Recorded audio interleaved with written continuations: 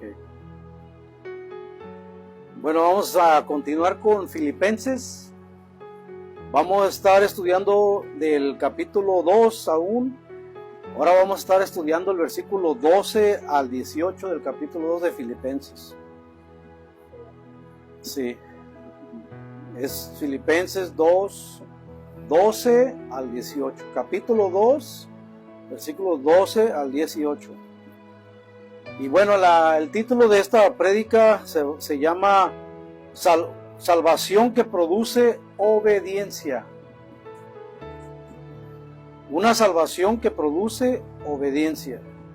Y todo para la gloria de Dios.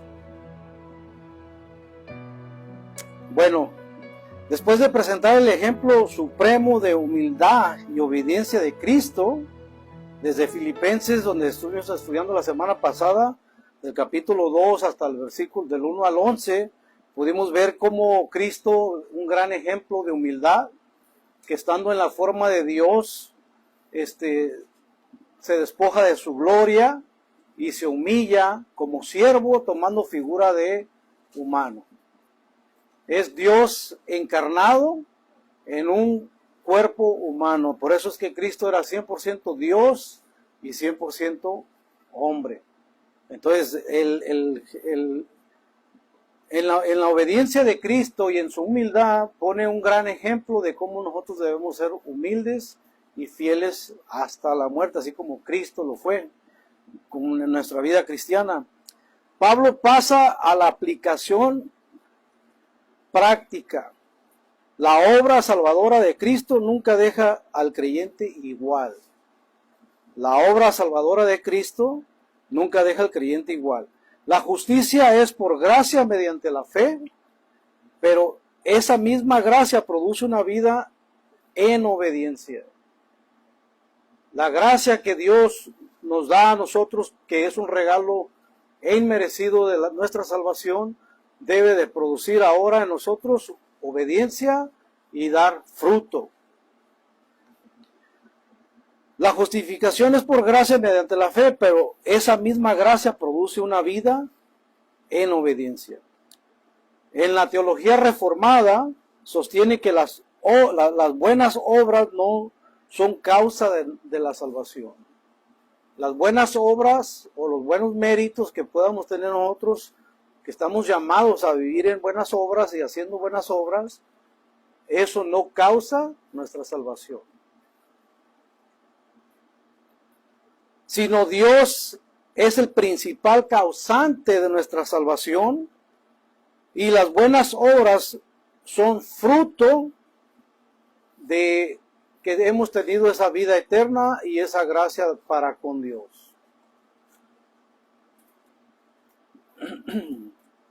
Si vemos en Efesios 2:8 al 10, en Efesios 2:8 al 10, porque por gracia sois salvos por medio de la fe, y esto no de vosotros, pues es un don de Dios. O sea, la fe nuestra que nos salva es un regalo de Dios, un regalo soberano de Dios, y es algo que no nace en nosotros. Por eso es que dice, porque por gracia sois salvos por medio de la fe, y esto no de vosotros, pues es un regalo de Dios.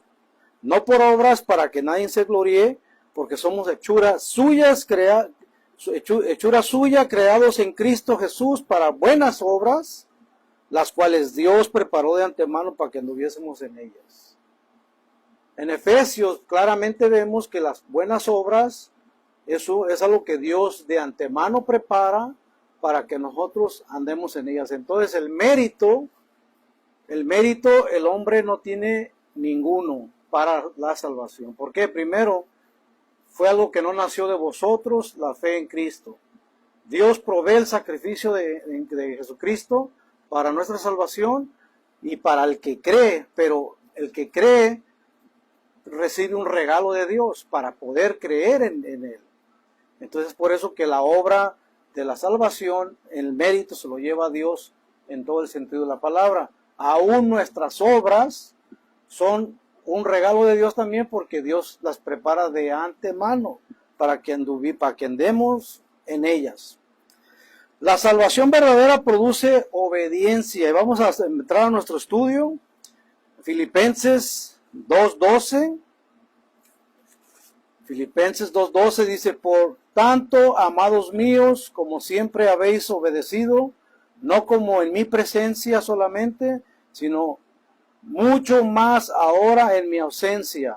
Ocupaos en vuestra salvación con temor y temblor. Muchas de las veces estos versículos se usan para decir, mira, tienes que cuidar de tu salvación porque si no la puedes perder. Pero eso es un gran error. Ocupados, la palabra ocupados no significa gánense la salvación. La palabra ocupados significa desarrollar, llevar a su plena expresión o poner en práctica lo que Dios ya ha obrado en el creyente. Por eso es que dice ocupados pues en su salvación con temor y temblor. Dice, la salvación ya pertenece a los creyentes. Solamente estamos desarrollando y viviendo nuestra fe, poniéndola en práctica. Romanos 5:1, claramente la Escritura nos enseña que somos justificados por la fe. Y recuerden que esa fe en Jesucristo no es algo que nace de vosotros, sino que es un regalo de Dios, un don de Dios, y eso lo vimos en Efesios capítulo 2, versículo 8 y 9. Por eso es que en Romanos dice, justificados pues por la fe, tenemos paz para con Dios por medio de nuestro Señor Jesucristo. Justificados pues por la fe, tenemos paz para con Dios por medio de nuestro Señor Jesucristo. No es una salvación que nos ganamos por medio de méritos, es por medio de la fe. Y recuerden que esa fe es también un don de Dios. O sea, no es algo que nace de ti, no es una virtud tuya, es un regalo de Dios que viene de manera soberana. Y esto lo podemos ver en Juan 10, 28 y 29.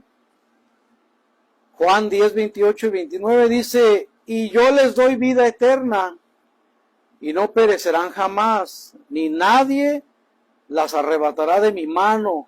Mi Padre, que me las dio, es mayor que todos, y nadie las puede arrebatar de la mano de mi Padre. Y si vemos en el 30, dice, yo y el Padre, uno somos. Yo y el Padre, uno somos. O sea, es un solo Dios que vemos en tres personas, ¿no? Pero Cristo dice, yo y el Padre, uno somos.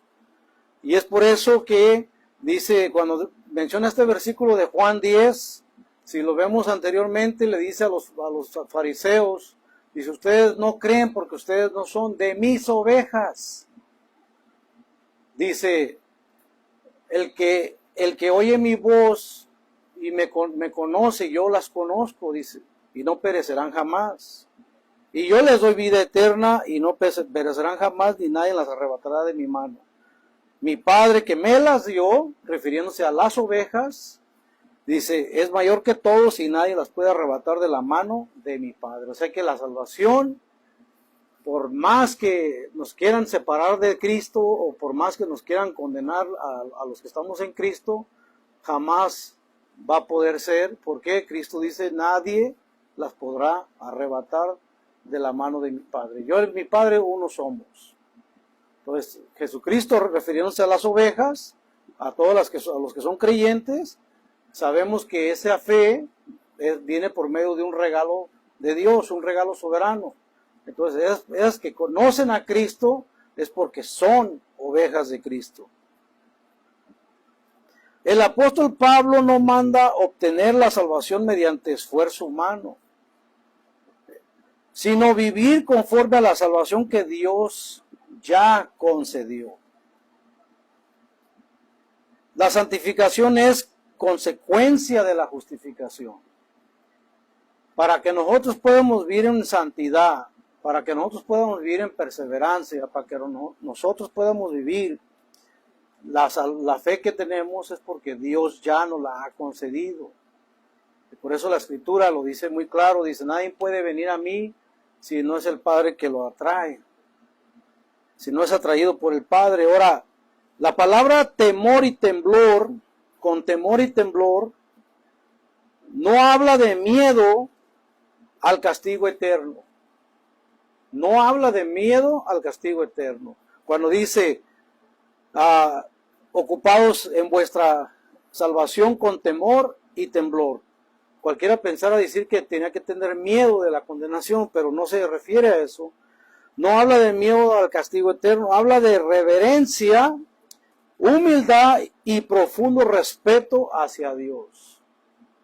Podemos ver versículos bíblicos como Proverbios 1:7. Proverbios 1:7 dice, el principio de la sabiduría es el temor al Señor, o el temor a Dios, o el temor a Jehová en algunas versiones. Dice, los insensatos desprecian la sabiduría y la enseñanza. El principio de la sabiduría es el temor a Dios. Entonces, cuando dice el temor a Dios es porque has reconocido a tu Padre Celestial con reverencia, no con miedo. No se trata de tener miedo, se trata de tener un gran respeto, honor y reverencia a nuestro Dios. Hebreos 12, 28 y 29. Hebreos 12, 28 y 29. Dice, así que recibiendo nosotros un reino inconmovible, tengamos gratitud y mediante ella sirvamos a Dios agradándole con temor y reverencia, porque nuestro Dios es fuego consumidor.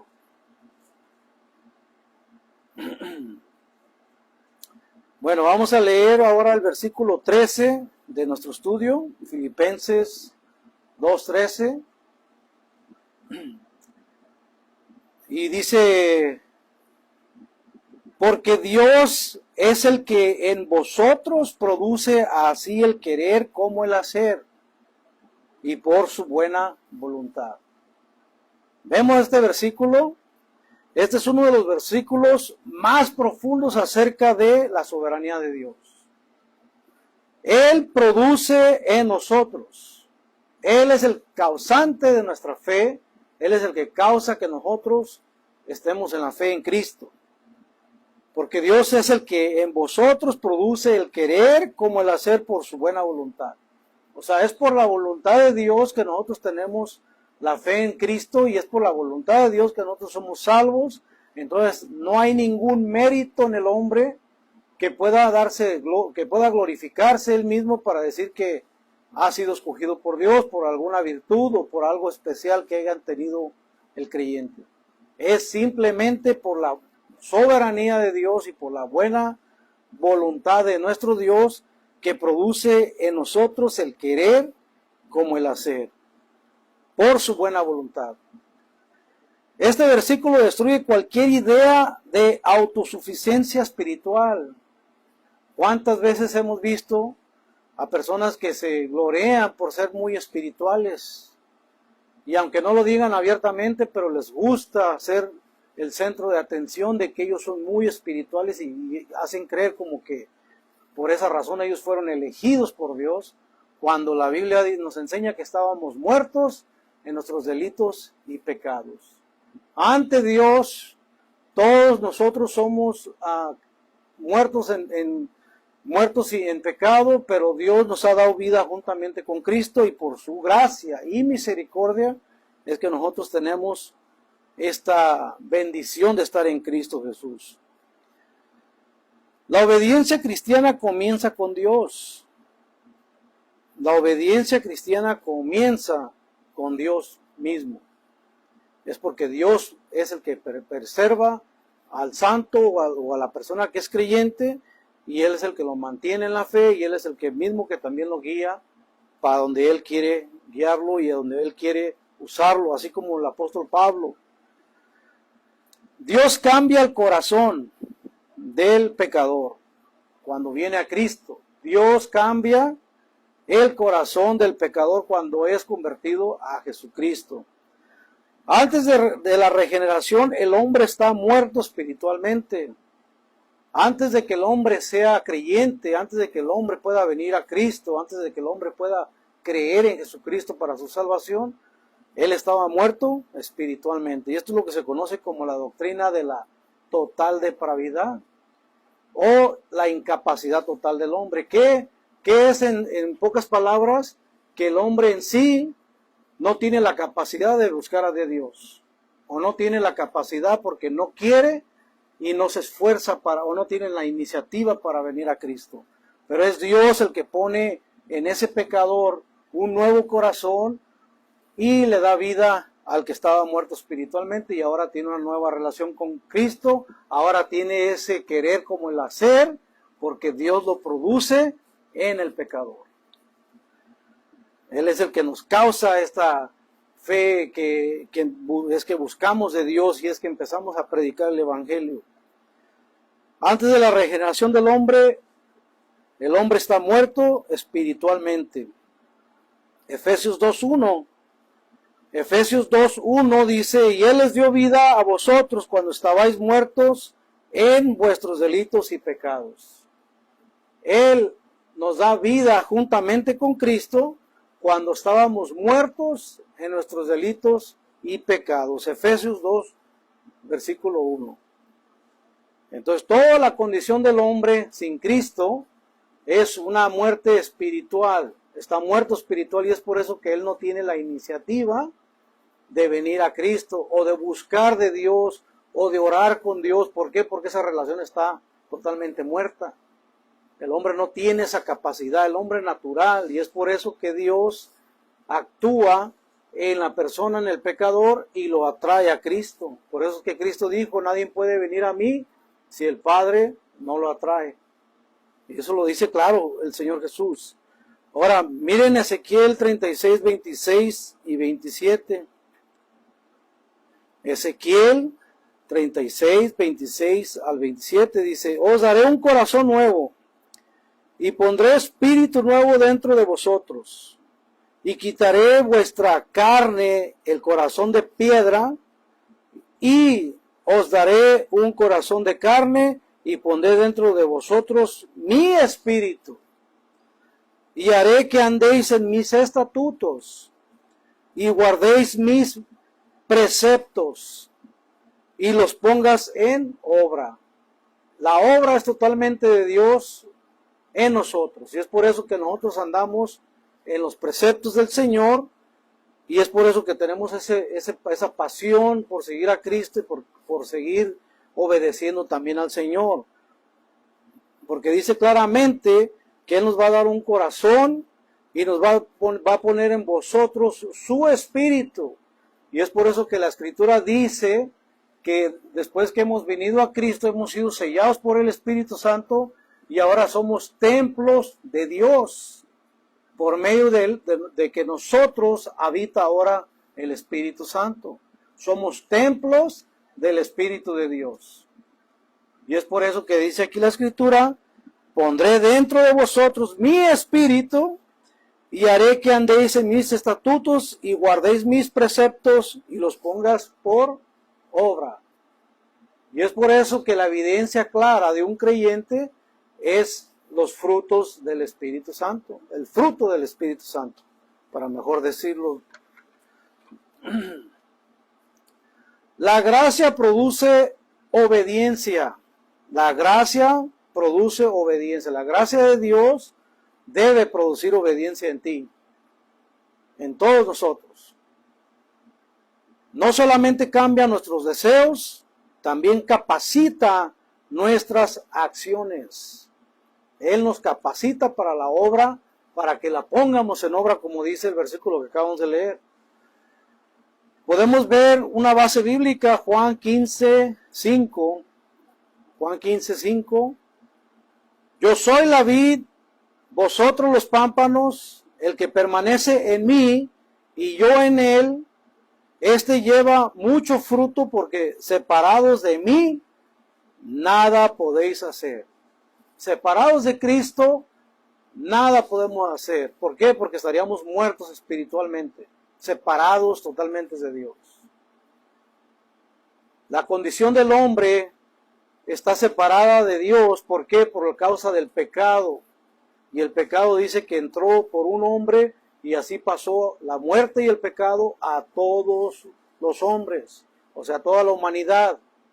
Entonces, la relación que tenía nuestros antiguos padres, que era Adán y Eva, ellos tenían una relación directamente con Dios. Después de desobedecer a Dios, hubo una separación. Y es por eso que desde Adán para acá no ha habido nadie que sea perfecto. Todos somos pecadores y todos hemos caído en pecado y todos nos hemos desviado. Dice la Escritura, no hay ni siquiera uno solo que busque a Dios. Y dentro de toda esa humanidad, esa generación caída, separada de Dios, porque eso es lo que esa es la condición natural de todo hombre que está separado de Dios por medio del pecado. El pecado hace que el hombre se separe de Dios y también muera de manera espiritual y de manera física. La muerte física también es una causa del pecado. Y es por eso que hay una separación entre el hombre y Dios. Pero Dios, en su misericordia, manda a Jesucristo para que Él cumpla la ley, para que Él viva de manera perfecta y vaya a la cruz del Calvario de manera perfecta y hacer un sacrificio perfecto para nuestra justificación. Y ya no es por medio de nuestras obras, sino por medio de la obra de Jesucristo en la obra redentora en la cruz del Calvario. Entonces Cristo ahora paga por nuestros pecados. Él lleva el castigo de nosotros, va sobre Cristo, y es por eso que nosotros ahora tenemos justificación de manera gratuita, como dice Romanos. Y esto es para todos los que creen en Él. Él es el que hizo la obra de expiación por nosotros, el sacrificio expiatorio para que nosotros pudiéramos tener justificación y vida eterna. Y lo que fallamos por medio de Adán y por medio del hombre y toda generación tras generación, Cristo cumple esos mandamientos de Dios para Él ser un sacrificio perfecto y así justificar a todo el que tiene fe en Él. Y es por eso que Cristo es nuestro Redentor. La doctrina reformada afirma la gracia eficaz. Dios no solo invita al pecador, también transforma su voluntad para obedecer. Vamos a leer el versículo 14 de Filipenses. Y aquí vemos cómo los creyentes deben de vivir sin murmuración. Ahora vemos cómo en la práctica el apóstol Pablo nos enseña a cómo vivir nuestra fe en Cristo Jesús. Filipenses 2:14 dice, haced todo sin murmuraciones y contiendas. Este versículo nos muestra claramente que debemos vivir practicando lo que el Señor nos enseña a vivir. Israel murmuró constantemente en el desierto. La iglesia no debe repetir ese pecado. Esto fue lo que el pueblo de Israel, por eso una de las razones que falló, era porque murmuró constantemente en el desierto. Duraron 40 años perdidos en el desierto el pueblo de Israel, porque se la pasaban murmurando, se la pasaban en idolatría, estaban cayendo en todo tipo de pecados, y es por eso que duraron 40 años sin entrar a la tierra prometida. La iglesia no debe repetir este pecado.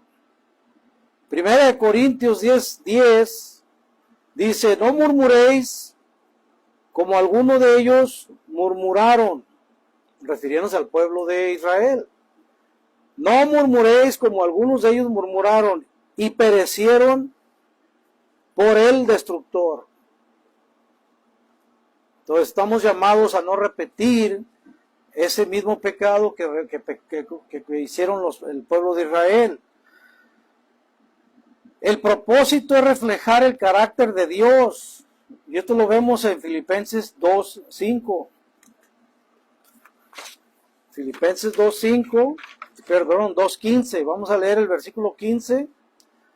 Filipenses 2:15 de nuestro estudio. Para que seáis irreprensibles y sencillos hijos de Dios, sin mancha, en medio de una generación maligna y perversa, en medio de la cual resplandecen como luminares en el mundo. Versículo bonito. La iglesia vive en medio de un mundo corrupto. Recuerden lo que estuvimos hablando hace ratito acerca de la condición del hombre. El hombre es corrupto por naturaleza. El hombre está corrompido en todos los sentidos. Y es por eso que la iglesia vive en medio de un mundo corrupto. No fue llamada a perecer al mundo. Fue llamada a iluminarlo. La iglesia no está llamada a parecerse al mundo, sino es llamada para iluminarlo.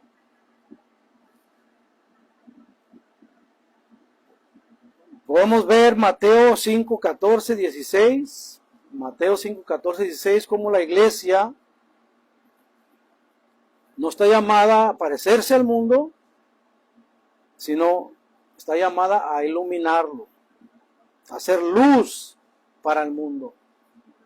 Mateo 5:14-16. Vosotros sois la luz del mundo. Una ciudad asentada sobre un monte no se puede esconder, ni se enciende una luz y se pone debajo de un almud, sino sobre el candelero, y alumbra a todos los que están en casa. Así alumbre vuestra luz delante de los hombres, para que vean vuestras buenas obras y glorifiquen a vuestro Padre que está en los cielos. La iglesia es la luz del mundo. Es por eso que algunas iglesias toman por nombre como la luz del mundo. ¿Por qué? Porque estamos por este versículo que la iglesia está llamada a ser luz para el mundo. Y todo cristiano verdadero está llamado a ser luz para el mundo. Debemos aferrarnos firmemente a la palabra de Dios. Debemos aferrarnos firmemente a la palabra de Dios. Veamos ahora el versículo 16 de nuestro estudio de Filipenses 2. Filipenses 2:16 dice: asidos de la palabra de vida, para que en el día de Cristo yo pueda gloriarme de que no he corrido en vano, ni en vano he trabajado. La iglesia persevera porque permanece en la palabra de Dios. Una iglesia que no predica el evangelio, una iglesia que no predica la palabra de Dios y que dan sermones parece motivacionales, ¿se puede considerar una iglesia que permanece en Cristo, en la palabra? No. Una iglesia debe permanecer en la palabra fiel, y es por eso que en esta iglesia tenemos un valor que es predicar de manera expositivamente, que explicamos versículo a versículo y siempre estamos alimentándonos de la palabra de Dios. Vean Juan 8:31. Juan 8:31 dice así: dijo entonces Jesús a los judíos que habían creído en él. Dijo entonces Jesús a los judíos que habían creído en él: si vosotros permaneceréis en mi palabra, seréis verdaderamente mis discípulos. Un discípulo verdadero permanece en la palabra de Dios. Un discípulo verdadero, un cristiano verdadero, va a permanecer en la palabra de Dios. Hay un versículo también que dijo Pedro: es mejor creer a Dios que a los hombres. ¿Y cómo le vamos a creer a Dios si no es por medio de la palabra de Dios. Por eso es que dice aquí la Escritura, dijo entonces Jesús a los judíos que habían creído en él, si vosotros permanecéis en mi palabra, seréis verdaderamente mis discípulos. O sea, hay que permanecer en su palabra para que nosotros podamos considerarnos verdaderos discípulos. Y en 2 de Timoteo 3, 16, 17, dice, toda la Escritura es inspirada por Dios y útil para enseñar, para redarguir, para corregir, para instruir en justicia, a fin de que el hombre de Dios sea perfecto, enteramente preparado para toda buena obra. Recuerden que las obras son preparadas por Dios de antemano para que andemos en ellas. Entonces, ¿cómo nosotros podemos permanecer como discípulos de Cristo? Por medio de su palabra. Tenemos que estar en su palabra firmes para que nosotros podamos considerarnos siervos verdaderos de Cristo. La perseverancia de los santos se manifiesta en una vida que permanece en la palabra de Dios. La Escritura es el medio ordinario por el cual Dios sostiene la fe y santifica a su pueblo. Por eso es que nosotros tenemos este principio de sola Escritura. La sola Escritura no quiere decir que no podamos leer nada que no sea Escritura, o que no podamos ver o cosas de la historia o alguna otra. La sola Escritura es un principio que nace en la Edad Media y que consideramos que la palabra de Dios es nuestra máxima autoridad en fe, doctrina y conducta. Si yo quiero enseñar una doctrina y digo que es doctrina apostólica, pero no se sostiene con la Biblia, entonces no es una doctrina apostólica. Porque los apóstoles, lo que escribieron en la Biblia, está todo registrado, y si nosotros tenemos doctrinas que son extra bíblicas, entonces estamos creyendo en una doctrina totalmente de hombre. Y es por eso que nuestro principio es la sola Escritura. ¿Por qué? No porque podamos ver más cosas fuera de la Escritura, sino que el principio es que nuestra máxima autoridad en fe, doctrina y conducta es la palabra de Dios. Y mismo Cristo lo dijo, si son verdaderamente mis discípulos, permanecéis en mi palabra. Una vida entregada a Dios produce también gozo. La vida entregada a Dios produce también gozo y alegría. Y lo podemos ver en la vida del apóstol Pablo. Cuando Pablo escribe esta carta de Filipenses y algunas otras, él estaba preso en Roma. Y aún así escribía con un gran gozo y alegría y con esa pasión de seguir predicando el Evangelio. Y así fue hasta el día de su muerte. Filipenses 2, 17 y 18. Vamos a leer el 17. En estos dos versículos podemos ver que la vida entregada a Dios produce también gozo y alegría. Vamos a leer el 17, dice, y aunque sea derramado en libación sobre el sacrificio y el servicio de vuestra fe, me gozo y regocijo con todos vosotros. Y asimismo gozaos y regocijaos también vosotros conmigo. Fíjense, el apóstol Pablo, estando en prisión, estando en cadenas y escribiendo esta carta con gozo y alegría, como si las cadenas y la prisión no fuera el último dolor que podría tener él. El máximo gozo sobrepasa todo este sufrimiento que él estaba pasando, y que era por medio del Evangelio de Cristo. Pablo compara su vida con una libación derramada sobre el sacrificio de Cristo.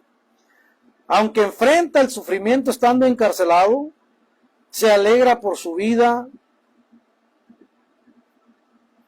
está siendo usado por la gloria de Dios y el crecimiento espiritual de la iglesia. Y es por eso que Pablo se alegraba y se gozaba aún estando en prisión. ¿Por qué? Porque su alegría y su gozo y su fe estaba por encima de lo que él estaba sufriendo. Romanos 12:1 dice: así que, hermanos, os ruego por las misericordias de Dios, que presentéis vuestros cuerpos en sacrificio vivo, santo, agradable a Dios, que es vuestro culto racional. Y vean otro versículo, 2 de Timoteo 4, 6 al 8. 2 de Timoteo 4, versículos 6 al 8.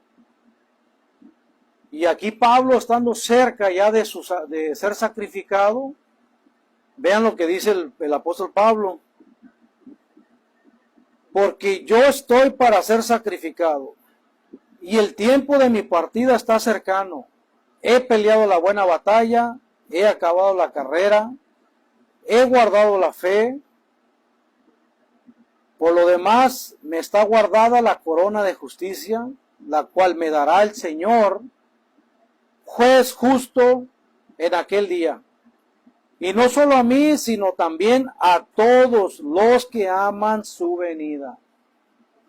Vean por qué el apóstol Pablo, estando ya a punto de ser sacrificado, aún mantenía esa esperanza, esa fe, y se regocijaba pensando en aquel día que él iba a recibir la corona por medio de nuestro Señor Jesucristo, dice. Por lo demás, me está guardada la corona de justicia, la cual me dará el Señor, juez y justo, en aquel día. Y no solo a mí, sino también a todos los que aman su venida. ¿Cuántos de aquí amamos la venida del Señor Jesús? ¿O esperamos con ansias el día que el Señor venga por segunda vez? Sería una gran bendición ver esa segunda venida. ¿Por qué? Porque sabemos que nuestro galardón también está por venir.